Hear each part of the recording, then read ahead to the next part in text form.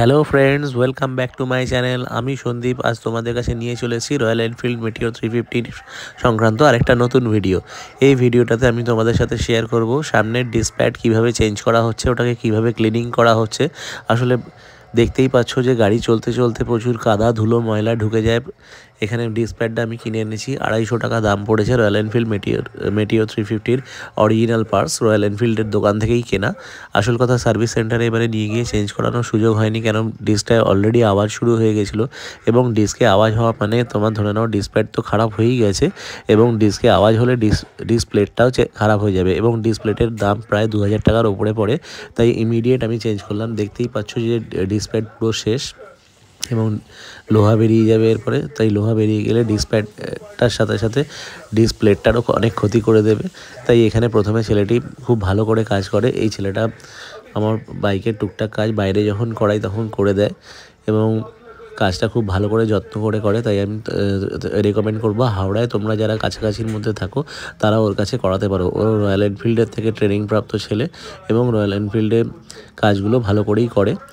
দেখতেই পাচ্ছ কি সুন্দর করে পরিষ্কার করছে। যাই হোক, প্রথমে ক্যালিভারটা পরিষ্কার করে নিচ্ছে যাতে কোনো রকম কাদা ময়লা না থাকে। কাদা ময়লা পরিষ্কার করে নিয়ে তারপরে ওটাকে ফিটিং করবে যাতে কোনো রকম প্রবলেম ক্রিয়েট না হয়। এই যে ডিস্ক প্যাডটা দেখছো প্রথমে খুলে নিয়েছে, প্রথমে ক্যালিভারটা, তারপরে ক্যালিভারটাকে বার করেছে, বার করে তারপরে এটাকে প্রথমে পুরো সার্ভিসিং করে নিচ্ছে। ক্যালিভারটা সার্ভিসিং করে না নিলে কি হয়, কিছুদিন পরেই আবার ডিসপ্লেটা মানে ডিস্ক প্যাডটা জাম হতে পারে। তাই সেক্ষেত্রে ডিস্কের ক্ষতি হবে। তাই জন্য ও প্রথমে পরিষ্কার করে নিচ্ছে, পরিষ্কার করে নিয়ে জাম যাতে না হয় সেই ব্যবস্থাটা করে নিয়ে তারপরে সব কিছু ফিটিং করবে। দেখতে থাকো বন্ধুরা কীভাবে কী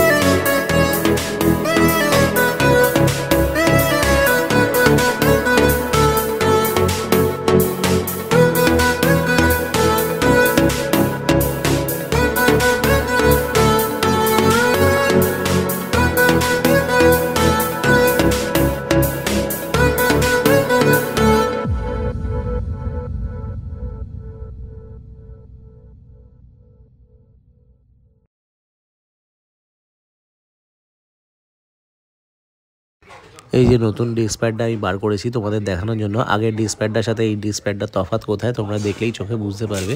এই দেখো নতুন ডিসপ্যাডটায় পুরো ডিস্কের যে ভেতরে যে মেটেরিয়ালটা থাকে সেটা রয়েছে এবং পুরনো ডিসপ্যাডটার সাথে এটা আমি কম্পেয়ার করে তোমাদেরকে পাশাপাশি দেখাচ্ছি। দেখো কতটা পাতলা হয়ে গেছে এবং ওর ডিসপ্যাডটা পুরো ক্ষয়ে গেছে, তোমরা দেখলেই বুঝতে পারছো। এই যে দেখো একটা নতুন একটা পুরনো দুটোকে আমি তুলে ধরেছি তোমাদের সামনে, যেভাবে যাতে তোমরা বুঝতে পারো এবং পাশাপাশি রাখলাম যাতে তোমরা বুঝতে পারো যে জিনিসটা কোথায় কী তফাৎ আছে। এই তফাৎগুলো দেখে নিতে হবে এবং ডিসপ্যাড কখনোই খারাপ অবস্থায় তোমরা গাড়ি চালাবে না, ভাববে যে আর একদিন চালিয়ে নি, কোনো ব্যাপার নয়। ওই একদিনেই তোমার ডিসপ্লে প্লেটটা খারাপ করে দেবে। তাই সেক্ষেত্রে ওই একদিনেই ডিসপ্লেটা খারাপ হয়ে গেলে তখন তোমাদের ডিসপ্লে প্লেটটাকে চেঞ্জ করতে হবে। তাই সেক্ষেত্রে কখনোই এই ভুল ডিসিশানটা নেবে না এবং যখনই ডিসপ্যাড চেঞ্জ করবে তখনই ডিস্কের এই ক্যালিভারটা সার্ভিসিং হয়ে যাওয়া উচিত। ক্যালিভারটা সার্ভিসিং হলে কি হয়, গাড়িটা কখনোই তোমার ব্রেক জাম হবে না। ব্রেক জাম হলেও ডিসপ্যাড ক্ষয়ে যায় এবং তখন বাজেভাবে ক্ষয়ে যেতে পারে। কখনো একটা সাইড ক্ষয়ে যেতে পারে, কখনো দুটোকেই ক্ষয়ে দিতে পারে, আবার কখনো কখনো ডিসপ্লেটাও ক্ষয়ে যেতে পারে।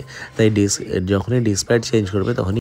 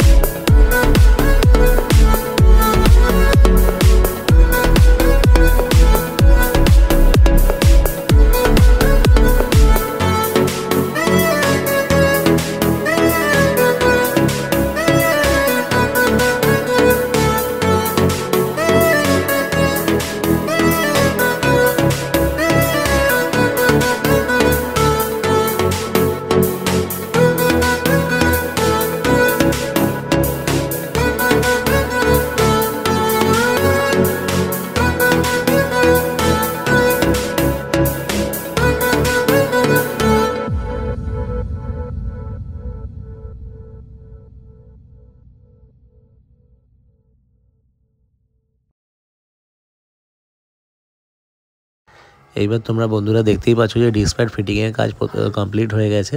তাই ও ফাইনালি যেগুলো খুলেছিল সেগুলো একবার চেক করে নিচ্ছে এবং লাগিয়ে দিচ্ছে। তারপরে আমি ট্রায়াল নেব, ট্রায়াল নিয়ে বুঝতে পারবো যে ডিস্ক ব্রেকটা প্রপারলি কাজ করছে কি না।